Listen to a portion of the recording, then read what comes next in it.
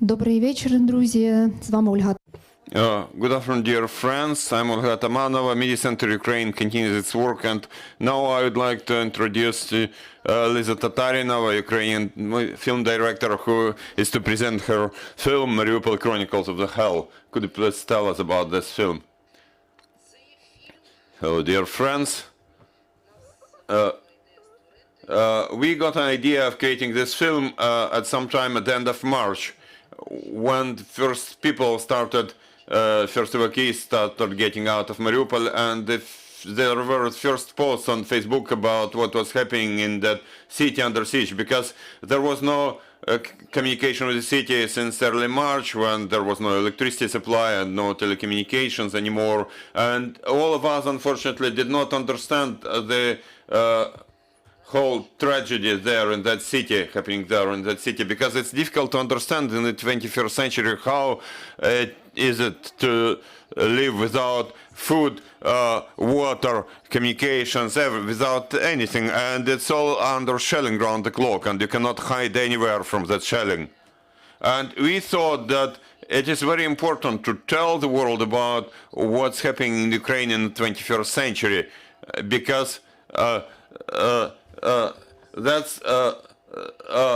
the war to eliminate first of all innocent civilians, and we thought that we should not keep silence. We should tell the world truth about Mariupol.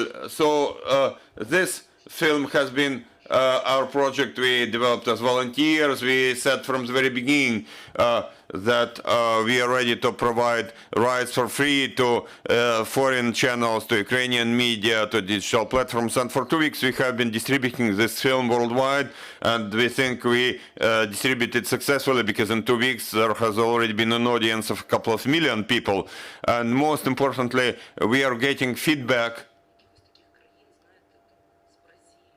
from countries like Brazil, like Taiwan. There they even showed our film. So we tried to get our message across about what's happening in Ukraine. I propose that we now watch the teaser of that film. I'd like to ask our technicians to show it, and then we'll discuss it. No one Ukrainian city saw what Mariupol has seen is difficult to destroy. They were targeting us, killing us. They took our life, took our city, took our home. Actually, it can never be ready that your city can lose everything at once. People were cooking food on open fires in their backyards. I really saw people hunting for pigeons. Stairs were broken, people were shooting, were all in white, and I asked what happened, and some man told me that there was a bomb dropped onto the dome. I approached and I asked what is there, and they say don't go there, they're just dead bodies. Only when the city of Mariupol will be open, only then will we be able to understand the whole scale of this tragedy happening there. That's a symmetry, literally a symmetry, that's a hell. I am Mariupol. I want the world to hear me. To hear the voices of my people. They're begging to save them. Mariupol, Chronicles of Hell.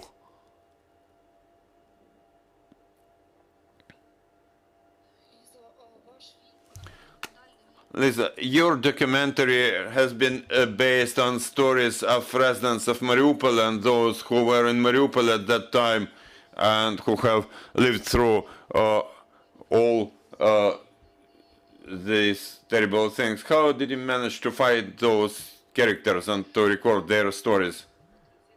Well, the first potential participant whom we approached was Nadia Sukharukova, because, you know, their posts on Facebook just turned me like inside. It's painful even to read those posts, how then it is to survive it. So we approached Nadia, and then people started telling each other. We were looking for people through acquaintances, through journalists. We called them, and I can tell you openly that not everybody would agree. People said it was difficult for them to think even while just speaking, to think again about that hell from which they managed to get rescued. But we managed. We have 11 people in our film. We recorded 11 hours of interviews, and the result you can see on YouTube on our channel. So everybody is welcome to watch this film. I can tell you from the very beginning that it's very difficult to watch it. Even when I was shooting it and then making it and watching it, I cried a lot because it's impossible to get used to it, but one should watch it and remember it. We should not forget it, and we should not keep silence. We have no right to keep silence. How long did the shooting take? Basically, in my view, people from TV will understand me. I think we have done something heroic, because from the very beginning, from that moment when we got that idea on our mind and until the moment we released it on YouTube, it took 4 weeks and a half. So in 4 weeks and a half, we managed to record it, to make it, to publish it. All those stories are heartbreaking, but I'm sure for you personally as a director, there was some story which touched you the most. So which story was that? To be honest, I cannot say, of course, there have been some impressive stories. For example, about a rescued newborn baby who then rejoined their mother and so on. But everybody keeps asking this question, and I had some interviews about this film, and I say there is no such story. But once there was an interview with Italian journalists, and they were very insistent, and they said, no, please tell us, which story was that? Which story was that? I said, how can we split them? Which story is more terrible? How the story of losing your husband can be more terrible than the story of losing your brother or losing your friend? Is it more terrible than losing your relative? You have to understand that in Mariupol, with 500,000 population, every family lost somebody. This whole story, this whole film is about losses, and it's not about anything unique. If you speak with any of residents of Mariupol who managed to flee from that hell, their story will be about losses, about pain, and about victory over death by now, at the moment. I think that all those characters in that film have something in common. They all did not believe that such things may happen. Is there anything else which is typical for each character in your view?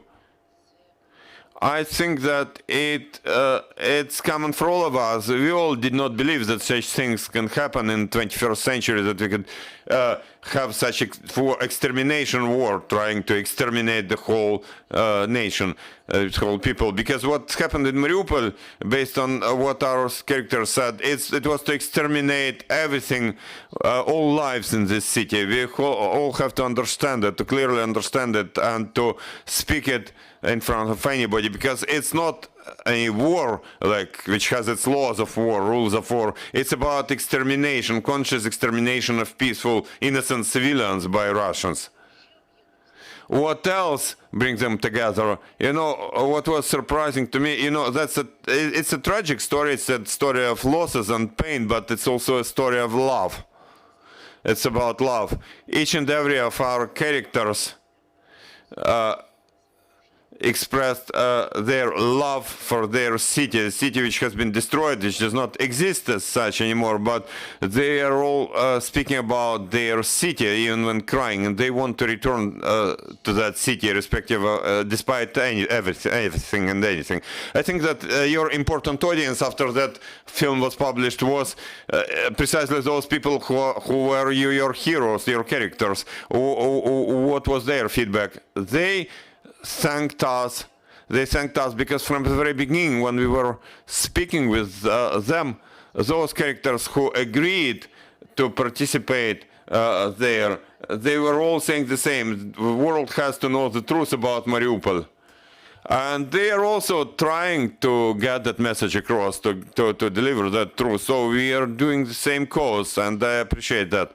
You said that many countries worldwide has already seen that film.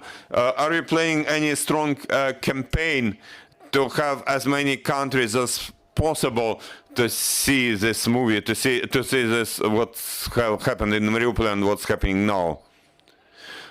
Look, about campaign, actually we are doing everything possible and even impossible. We bring our colleagues and our friends into getting the message across. Thank God we get some feedback and people join distributing this information. For example, this week alone, the first channel in Estonia had some telethon on Saturday or Sunday. They will have it to support Ukraine, and there they will also show that film. That's not the only event. About any traveling with that film and presenting it, probably it's not you know, it's about time, and time is about money. I think we should not stop. We should continue our work. So because you know, unfortunately, those Chronicles of Hell, they are not just about Mariupol. Hell is now all over Ukraine, and I think, not that I think, but I know that we'll definitely continue that project, but it will be about other cities and towns, about other characters, and literally at the end of this week we are to start making our next film. I will not tell you what will be its topic, but that's also it's about some terrible things in the occupied city in southern Ukraine. You cannot share the secret what is it city. Yeah, you know, I hinted this is an occupied city in the south of Ukraine. Thank you, dear colleagues. Do you have any questions? If you have any questions, you're welcome. There are no questions, so thank you for your presentation, and I hope that the next film will also have a broad audience, and it will reach the hearts like this film reaches them, because unfortunately in our country we have lots of such stories and lots of people have been faced with this war directly. Thank you for helping us to get the message across, to share this information. I think we are all doing the right thing, the thing which is needed now. Thank you. Reminding you that we had Lisa Tatarinova with us, a Ukrainian film director, author of the film Mariupol, Chronicles of Hell. Stay with us. Thank you.